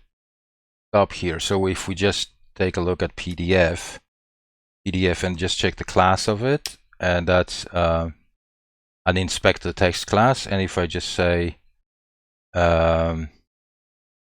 we call strings on it, we see the various strings that are being used. And I also have I see that I have a bit.ly link on that thing. So let's see if that works. Let's go to lib answer card. Right, we can also check this. There's another interface. This one is written in like totally vanilla JavaScript. Right, so what was the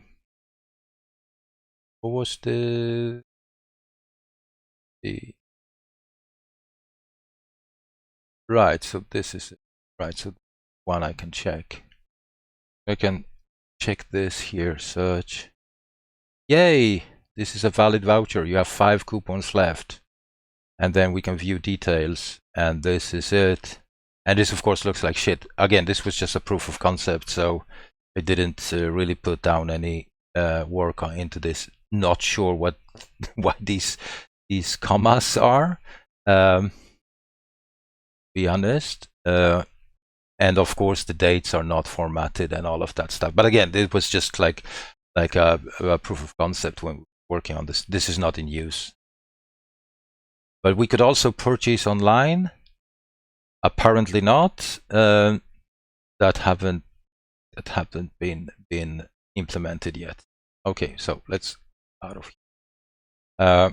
No, but the testing documents is interesting. So I've learned this technique, or in this case, this is a very short and neat little test. We're not testing for much, but just that the data is actually available on that document.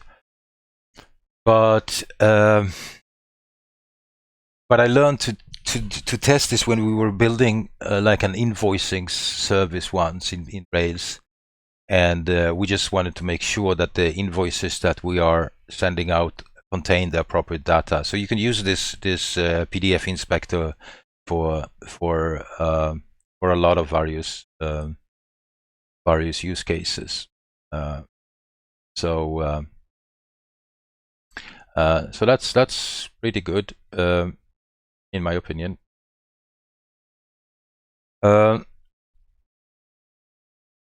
Okay, let's see if we can stop this.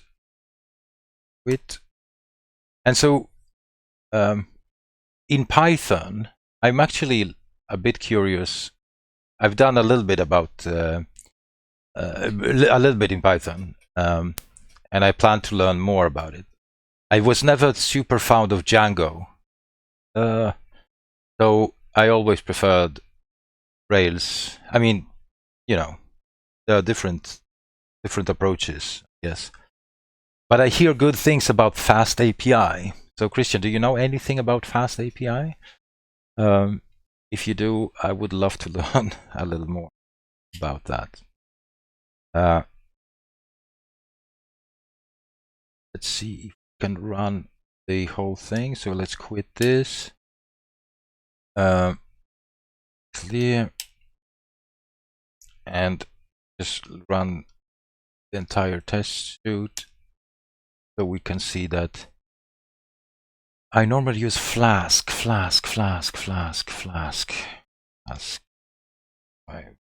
Python.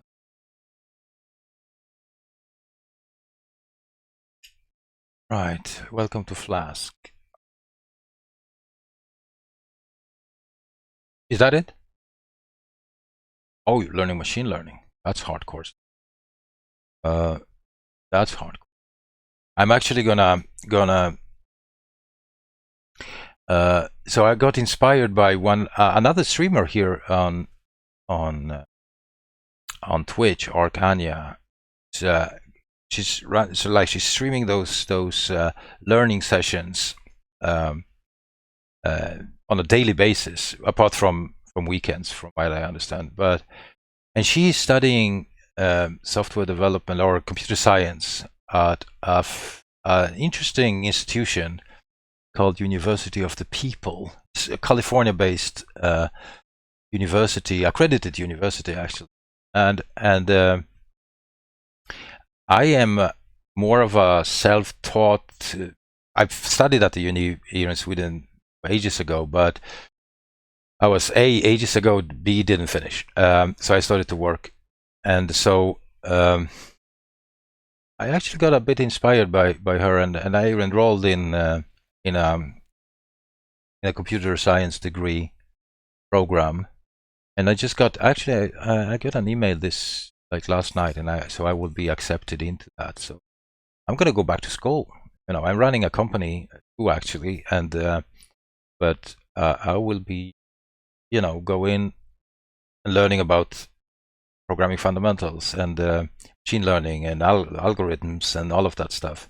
I think it's going to be fun. You should never stop learning.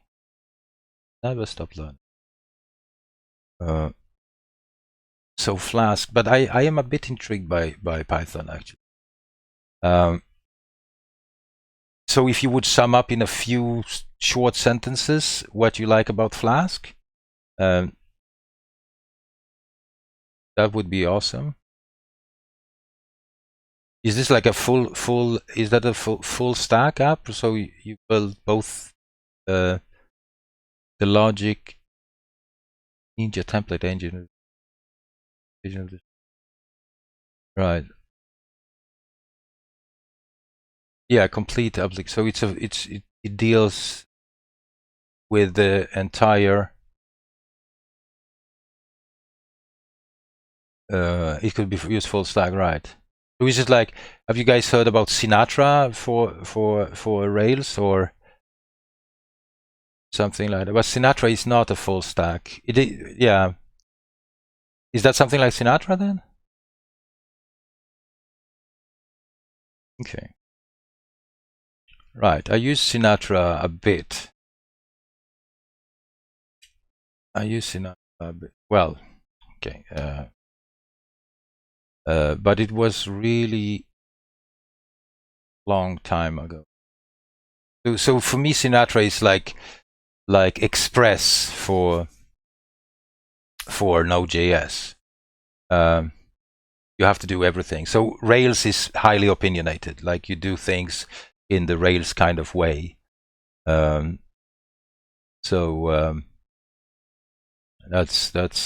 one way of looking at it, I guess. But I can look into Flask. So I got an email recently from a guy that he has this. He's written like a book. Lumen for PHP. So he's written a book about Python, like an introductory thing to Python. So I'm thinking about going over that. Lumen.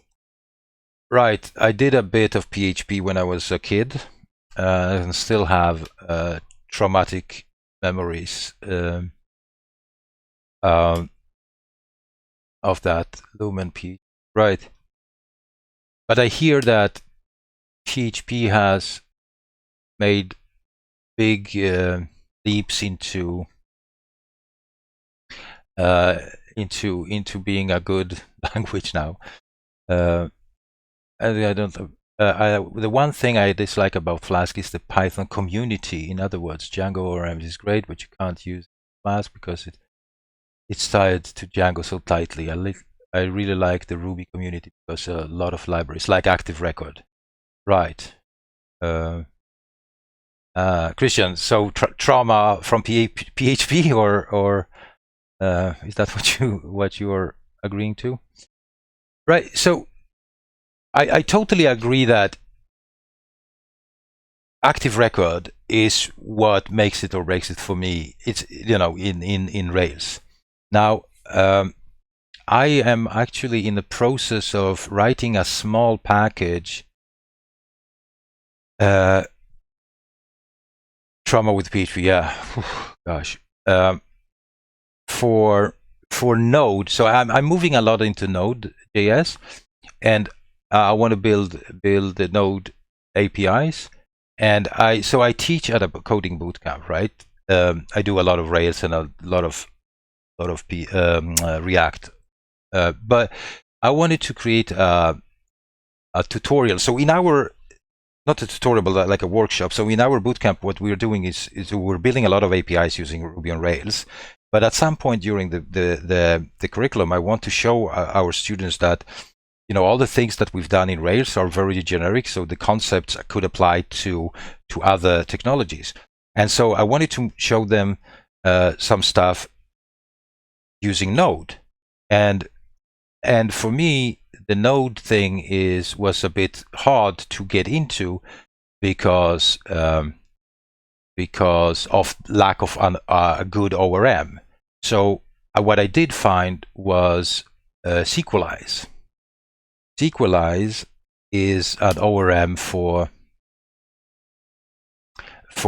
Node, and it's really good. And I think that they were like influenced a bit by Active Record, because what you do have is like there are some like generators. Let's see if we can find.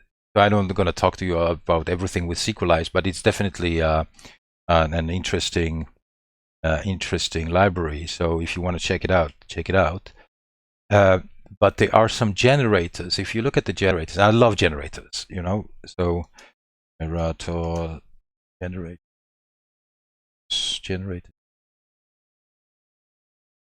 query generator, query. No, it.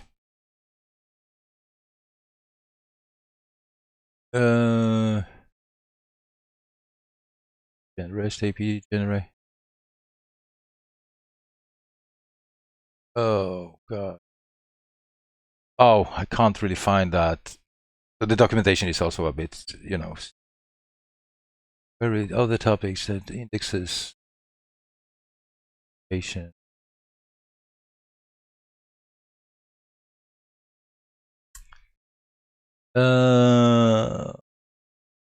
Really getting started.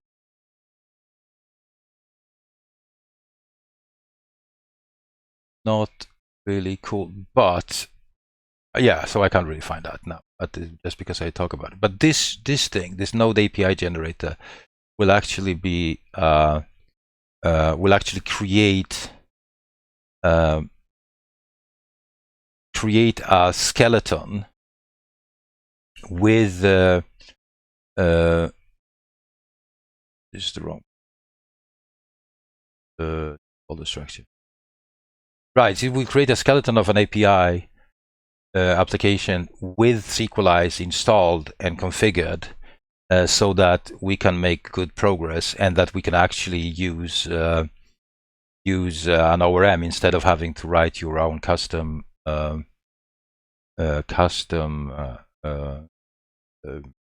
you know, SQL code or whatever, right?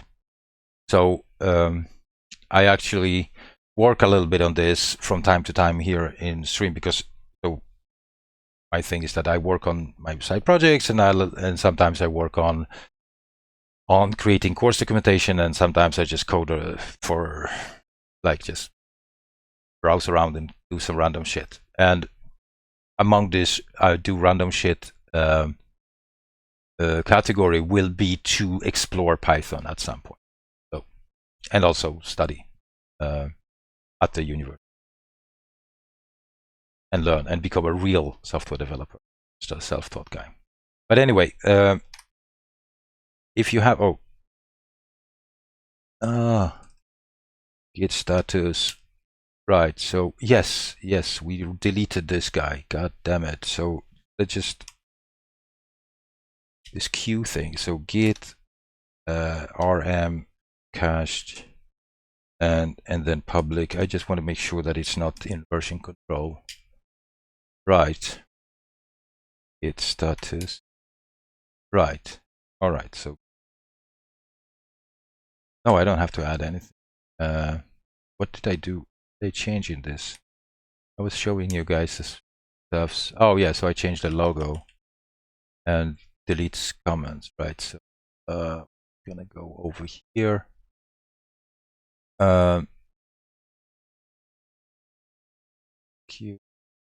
Here, so we're gonna stage these small refactorings, custom code generator, small refactorings in custom gets rid of the public queue file tab. Right, not dial but file, Thomas. Right, all refactorings, right. Hit this, let's up, and that will probably do it for me today. If you guys have any questions, please fire away. I would love to hear your feedback on this Node API generator if you're ever into working with writing, API applications in Node, and if you want to use an ORM, you could track that work. It is based, all of this is based on another generator that was created by.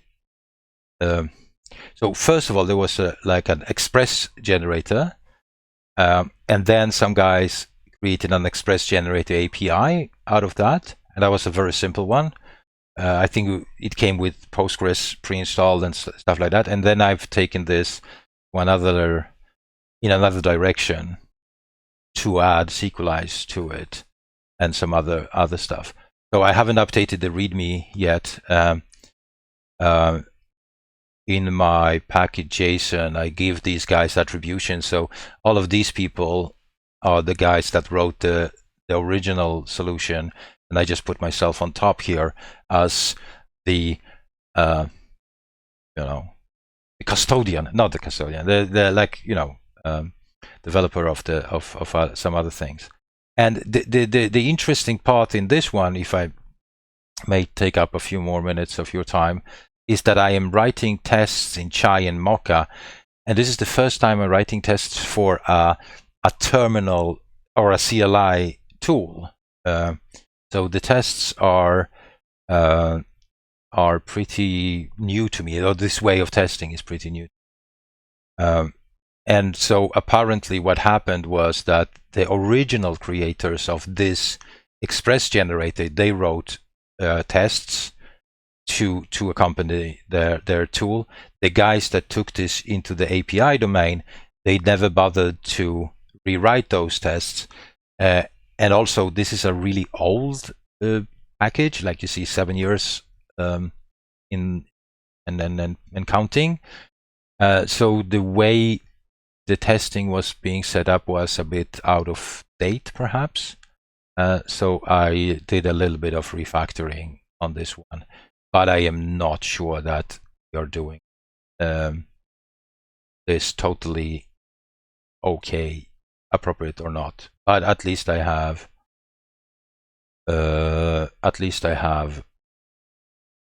some tests written for this, and they are working.